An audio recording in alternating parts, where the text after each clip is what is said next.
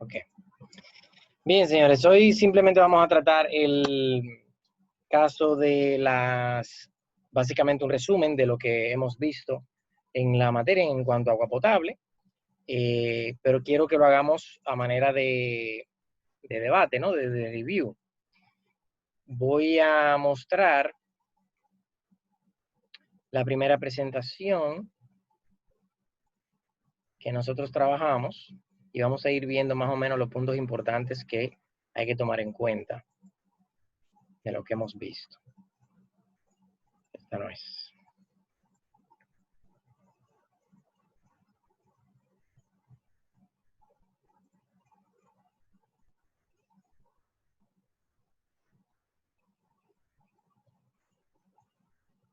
Ok, déjame compartirla. Bien, entonces esta fue la presentación con la que nosotros empezamos. Claro, hablamos del temario, de la materia, pero inmediatamente brincamos aquí. Entonces, este esquema principal que nosotros estamos viendo aquí es una de las, tal vez le salga cuestionamientos que tengan que ver con cuál es la configuración típica de un sistema de abastecimiento y de un sistema de recolección residual. Eso nosotros lo habíamos visto, hablando sobre cuáles son los componentes que tiene un sistema de acueductos, cuándo es necesario una planta de tratamiento y cuándo no, los diferentes tipos de fuentes que nosotros podemos considerar y evidentemente la calidad que podría tener.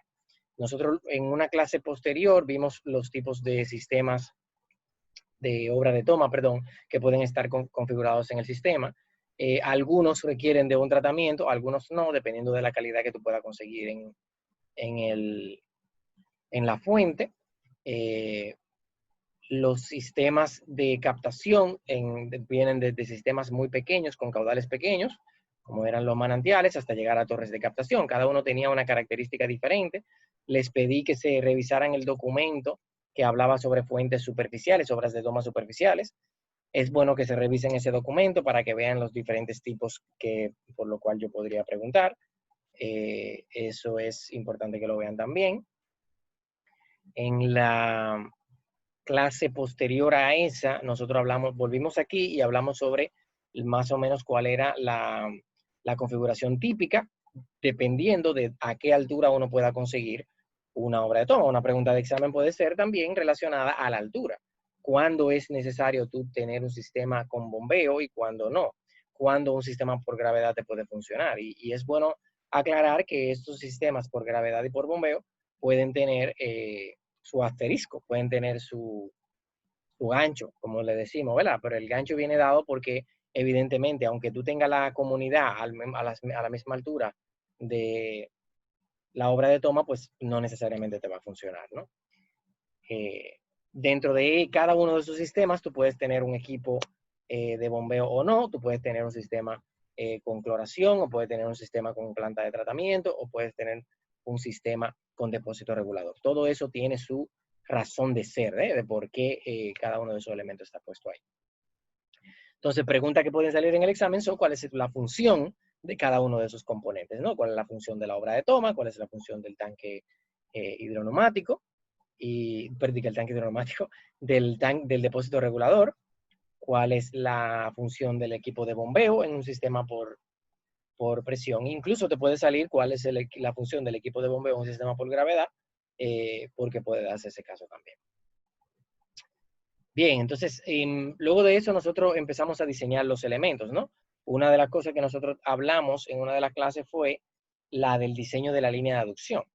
En la clase del diseño de la línea de aducción hablamos de por qué es importante tener dos tramos de diámetros diferentes. Eso es una pregunta que va a salir seguro. O relacionada a eso, ¿no? O cuál sería el procedimiento para el análisis de una línea de aducción. Está principal, aunque yo le pregunte algo si yo le pregunto algo que tiene que ver con línea de aducción, la clave de los puntos está ahí, en el hecho de que tú necesitas determinar dos diámetros porque uno solo no es suficiente, ¿no? Y tienen que saber exactamente el por qué se necesitan dos diámetros, no simplemente, se necesitan dos diámetros, pero por qué, ¿no? Ingeniero, una pregunta, discúlpeme. Dígamelo. La clase de hoy, ¿usted la va a mandar ahora en el fin de semana? Lo que pasa es que como estoy en la calle, no puedo anotar lo que está diciendo. Quiero saber si lo va a mandar o no. Sí, yo lo voy antes del a... lunes. Yo he estado teniendo algunas dificultades para hacerlo rápido, pero sí, yo voy a tratar que a más tardar mañana esté arriba, ¿no? Así que por lo menos Ok, el domingo van a tener, el domingo y el lunes para revisarlo. entonces, otra pregunta, ingeniero. ¿El examen va a ser oral? No, no, el examen va a ser un Google Forms, una aplicación de Google que yo la voy a enviar y usted va a responder las preguntas. Ok, gracias. Sí. Bien, entonces va a ser por escrito, va a ser como un examen que usted estuviera tomando en un aula, lo único que lo va a hacer desde su casa, ¿no? Eh, ya después hablaremos un poquito más de detalle con respecto a eso. Bien, entonces, aparte de eso, hablamos sobre que para el cálculo del sistema de la línea de aducción, nosotros utilizamos, hay varias fórmulas para calcularlos, y una de ellas es la fórmula de Hessian-Williams, que tiene sus variables, tiene un coeficiente de rugosidad que tienen que saber para qué es. Básicamente, cada una de las variables que tiene la ecuación, usted tiene que saber cuál es su función y por qué usted lo utiliza para determinar dependiendo de lo que esté haciendo, puede ser el diámetro o puede ser el caudal o la capacidad de conducción de esa tubería, ¿no? Entonces, para hacer eso, usted debe de considerar también un J. Ese J es muy importante. Tienen que saber qué es el J y a qué es igual el J. Recuerden que hay una cosa que nosotros igualamos en el sistema. Cuando estamos diseñando la línea de aducción, decimos esto, que viene siendo básicamente el desnivel dividido entre la línea, que es la pendiente de la línea piezométrica, el desnivel dividido entre la longitud, perdón, que viene siendo la pendiente de la línea piezométrica del sistema, que viene desde un nivel superficial de embalse o de obra de toma, hasta un nivel superficial del próximo elemento, que puede ser una planta de tratamiento o un depósito regulador, ¿no? Y esa línea piezométrica que tiene una pendiente, esa pendiente es equivalente a dividir ese desnivel entre esa longitud, es equivalente a la pérdida de energía en el sistema, que viene siendo el J, y esa pérdida de energía es por metros. Es una pérdida de energía por metros que evidentemente es una de las partes más importantes de la ecuación de Hessian-Williams. Eso tienen que tomarlo en cuenta también. A ver, luego de eso nosotros, de esta presentación en sí, hablamos mucho de la línea de aducción, de qué características tiene que tener, sobre qué elementos o componentes hay que colocarles, como por ejemplo la purga y la ventosa, tienen que saber para qué son cada uno de esos elementos, por qué ponemos una purga, por qué ponemos una ventosa, dónde se pone, ¿no? Eso también es importante. Tienen que saber la diferencia entre la línea piezométrica, la línea estática, la línea más la presión. Esto no necesariamente tienen que tenerlo en cuenta, pero sí yo le podría hacer un esquemita en el que usted tenga que decir qué está pasando aquí y por qué, ¿no? Eso también es bueno tomarlo en cuenta. De que se me puede ocurrir poner hasta una de estas imágenes que están aquí o una parecida y que usted identifique cada uno de los componentes que están ahí, ¿no? Y qué usted haría para solucionar ese problema en caso de que haya un problema.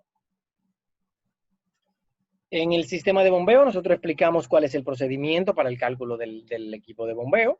Hablamos sobre los diferentes componentes de la ecuación de la pérdida. Y esa pérdida total se tiene un nombre para las consideraciones del equipo de bombeo. Eso es bueno tomarlo en consideración también.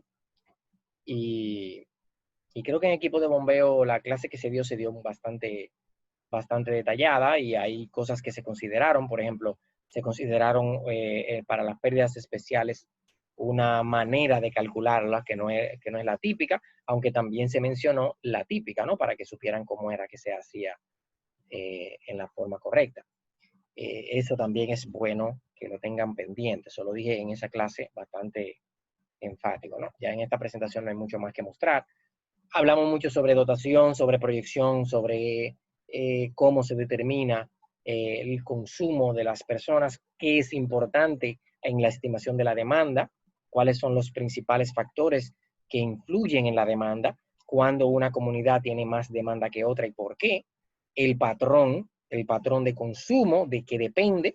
Sabemos que el patrón de consumo es básicamente cuánto se consume a cada hora del día. ¿Por qué eso es importante tomarlo en cuenta? ¿Dónde cae dentro del diseño? Y cómo uno lo estima. Eso también tienen que... De todo lo que yo estoy diciendo es simplemente recordando sobre lo que se dio en la clase para que usted tenga pendiente de qué le puede salir y qué no. De lo que yo estoy diciendo, puede que algunas cosas salgan, puede que algunas no. Y de lo que no estoy diciendo, pero que sí se dio en la clase, deben de tomarlo en cuenta para el examen, porque evidentemente, yo lo dije en la clase pasada, lo que estoy diciendo aquí no es suficiente. Puede que les sea suficiente para más de la mitad del examen, pero no para el examen completo, ¿no? Hay unas preguntas que van a estar dentro de los videos. El depósito regulador, dimos una clase completa hablando sobre el depósito regulador, ¿no? A ver, ¿dónde está? El tanque, aquí se llama tanque elevado, pero básicamente es lo mismo. El depósito regulador, ¿cuál es la función del depósito? ¿Cómo se diseña? ¿Qué hay que considerar para el diseño? ¿Cuáles son las variables que se necesitan? ¿Cuáles son las dos maneras de tú diseñar el tanque regulador considerando la demanda? Eso básicamente lo que hicimos fue diseñarlo con unas unidades y luego los puse a ustedes diseñarlo con otras unidades, ¿no? ¿Cuál es la diferencia entre hacerlo de una manera u otra? Y en cuanto al tanque regulador, fue muy poca la teoría en sí que dimos, porque fue bastante práctica. Fue con la hoja de Excel y el examen es teórico, así que no van a tener problema en cuanto a eso. Va a haber preguntas de tanque elevado probablemente, pero no numérico ni nada por el estilo. No le va a salir nada numérico. ¿Qué más? Hablamos sobre otros elementos del diseño. Hablamos de línea de aducción, sistema de bombeo. Esos fueron los tres diseños principalmente. Línea de aducción, sistema de bombeo y tanque regulador. Luego fue que entramos al EPANET y a las líneas de las redes de abastecimiento. En las redes de abastecimiento hablamos mucho sobre cuáles son los parámetros que hay que tomar en cuenta para el diseño, ¿no? Cuáles son las variables que hay que regular, cuáles son las variables que hay que controlar, cuáles son los valores que necesitamos que estén bien, cuáles variables de las que aprendimos a hacer a mano nosotros podemos estimar utilizando el EPANET y cuál es la finalidad del EPANET, básicamente, ¿no? Ya cómo usar el EPANET, eso no va a salir porque no me interesa que ustedes sepan el cómo usarlo. Sí me interesa que sepan para qué sirve. Para qué sirve, cuáles son las variables que hay que considerar y qué tú puedes sacar de él, ¿no? Y creo que eso fue prácticamente toda la materia. Si se me queda algo, me lo dicen desde ahora, que pude yo haberme brincado. Déjame hacer una revisioncita rápida bueno, cuando ya entre, se va a haber terminado. Porque la clase va a ser bastante rápida. Además que yo entré por obra y gracia del Espíritu Santo, porque casi digo se acabó la clase. Yo llegué huyendo, tengo una clase a las 7 y ni me he bañado. No me he quitado el coronavirus de encima prácticamente. Está peligroso. ¿Usted tiene hijos, Género? Sí, todos vinimos juntos, no te preocupes. Yo estoy clausurado en la oficina y no saldré de aquí. Está bien. De aquí para los años. Está bien. Acueductos. Realmente donde fuimos se supone que son gente que fue entrar y salir de allá, no era rodando en la calle ni trabajando. Pero es bueno. ¿Se quitó los zapatos? Claro, en mi casa no entran zapatos, eso puede ser en la puerta. Ni zapatos, no solamente los zapatos y en la canatica de adelante que tenemos la llave, todas las cosas se dejan ahí en la puerta. ¿Y en su entorno no hay nadie con coronavirus? No. Bueno, estaban diciendo unos vecinos como que había alguien que había sido afectado, que no sé qué cosa, que estaba aislado, pero yo ni sé quién es, y creo que no es en este bloque, sino en un bloque de atrás, ¿no? Pero ni amigos de trabajo, nadie. En el trabajo, nadie. Bueno, en INAPA supuestamente dije que clausuraron una oficina entera.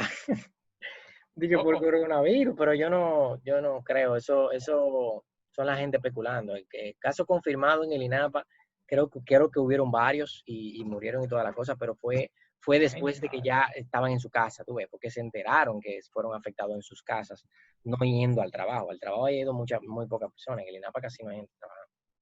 Yo espero que ahora con el nuevo cambio remodelen esas oficinas y ese servicio sea un poquito más automatizado.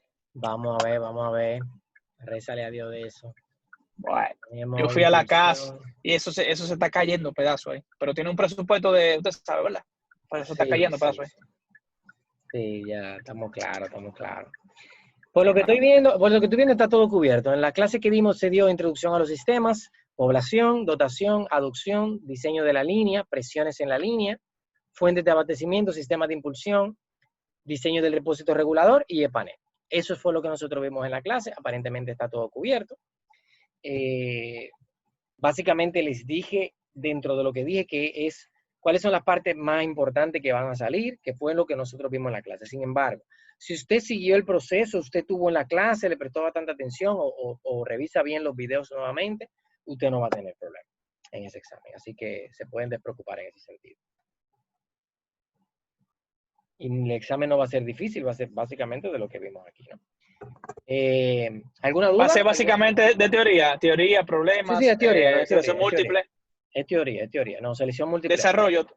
Desarrollo.